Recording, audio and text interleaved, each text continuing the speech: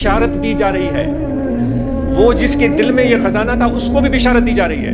کتنی بڑی دولت ہے, ذرا اندازہ کریں.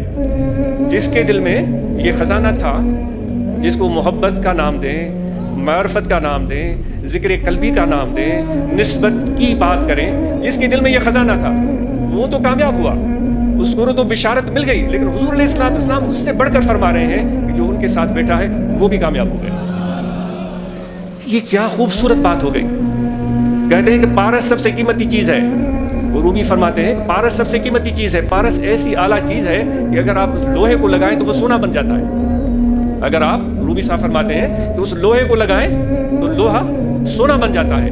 لیکن وہ پارس جو ہے وہ لوہے کو سونا بنا سکتا ہے, لیکن وہ پارس نہیں بنا سکتا کہ دوسرے کسی مٹیریل کو وہ ایسا بنا دے کہ وہ بھی پارس ہو جائے, وہ جس کو لگے وہ بھی سونا ہو جائے. پارس سونا بنا سکتا ہے, پارس ایک اور پارس نہیں بنا سکتا. لیکن جس کے دل میں یہ حضور علیہ الصلوۃ والسلام کی نسبت سے, ہمارے مشائخ کی نسبت سے یہ محبت کا جو تحفہ ہے, وہ نسبت اور تعلق اور عشق اس کے دل میں آ گیا ہے, جس کی قدردانی اس کے دل میں ہے, وہ ایسا شخص بن گیا ہے کہ جو اس کے ساتھ بیٹھے گا وہ بھی پارس بن جائے گا. سونا نہیں, وہ پارس بن جائے گا. یعنی جس کے ساتھ وہ بیٹھے گا وہ بھی کامیاب.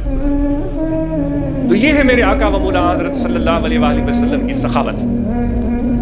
تو یہ ایسی دولت ہے جس کو الفاظ میں بیان نہیں کیا جا سکتا. تو آج آپ یہاں بیٹھے ہوئے ہیں تو اس کی قدردانی کریے گا. ایسا نہ ہو کہ ہم بے قدروں میں شمار کیے جائیں. وہ ہمارے سندھ کے بزرگ فرماتے ہیں, حضرت شاہ عبداللطیف بٹائی رحمۃ اللہ تعالیٰ علیہ, قدروارا کم چھیا کٹا خریدار, ہیرا موتی لال ونڈین سے ویٹھا تھے گنجھار, سمجھن کین سید چے کڈن موتن ماں.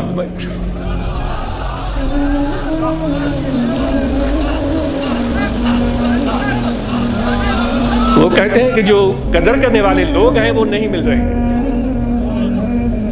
پیسے, دولت, سون چاندی کا قدر ہے اور اس کا ہونا چاہیے. تو اس طرح کہ سون چاندی پیسے کو خرچ کرنے کا ڈنگ بھی آنا چاہیے. ایسے نہ ہو کہ وہ جیبیں بھری ہے تو اس طرح خرچ کیا کہ وہ کنگال ہو گیا.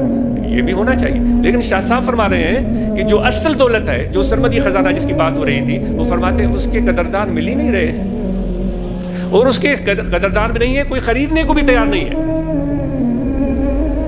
وہ فرماتے ہیں وہ لوگ بیٹھے ہوئے ہیں جو ہیرے, موتی, لال, یاقوت یوں لوگوں کو پر دے رہے ہیں بے حساب, ان پر نچھاور کر رہے ہیں, لیکن ان لوگوں کو اس چیز کا قدر ہی نہیں. وہ کہتے ہیں وہ ایسے لوگ بن چکے ہیں کہ ان کو موتیوں میں بھی عیب نظر آتا ہے. موتی جو کہ سیپ کے سینے میں پلتا ہے اس میں بھی ان کو عیب نظر آتا ہے. تو بات طویل ہو جائے گی.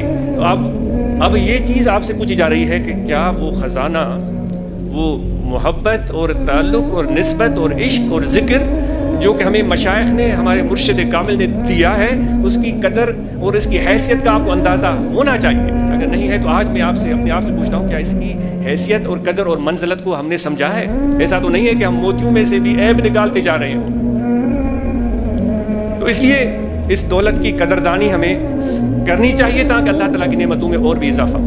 آج کے دور میں لوگ ذہانت پر فریفتہ ہو جاتے ہیں. یہ بڑا ذہین ہے, وہ بڑا ہوشیار ہے, انٹیلیجنٹ ہے, اس کی بڑی واہ ہوتی ہے. لیکن چونکہ اس وقت جو محفل ہو رہی ہے وہ ایک روحانی سلسلے کے حوالے سے ہو رہی ہے, حضرات نقشبند کی نسبت سے ہو رہی ہے, تو ہمارے مشائخ کے ہاں ذہانت سے بڑھ کر ایک اور وصف کا ذکر کیا گیا ہے. ایک ایسی وصف جس کو میرے آقا و مولا حضرت صلی اللہ علیہ وآلہ وسلم اس کے بہترین مظہر ہے. اللہ تعالیٰ فرماتا ہے کہ خبر آپ لقد جاءکم, بے شک آپ کی طرف میرا نبی آیا ہے, من انفسکم, آپ میں سے میں نے ان کو منتخب کیا ہے, عزیز علیہ ما عنتم. اب وہ ان کا تعارف, ان کی خاصیت, ان کی خوبی, ان کی صلاحیت کس کی؟ حضور علیہ الصلوۃ والسلام کی. ہم تعارف کراتے ہیں نا, اب بھائی یہ میرا دوست ہے, یہ ایم پی اے ہے, پھر کہتے ہیں نہیں ایم پی اے بھی ہے, اس کے ساتھ لا کی ڈگری بھی ہے اس کے پاس, پھر کہتے ہیں کہ بھائی یہ سپریم کورٹ کے بار کا ممبر بھی ہے, پھر کہتے ہیں کہ بار کا یہ صدر بھی ہے, یہ سیکرٹ. ہم اس طرح سمجھ رہے ہیں, آپ تعارف کرا دیں, یہ چودھری ہے لیکن اپنی قوم کا جو ہے, اپنی پوری قوم کا سردار بھی ہے. پھر کہتے ہیں کہ سہیں اس کے اتنے مربع زمین بھی ہے. یہ بات کرتے ہیں ہم یہ تعارف کرا دیں. تو یہ ہم دنیا والوں کے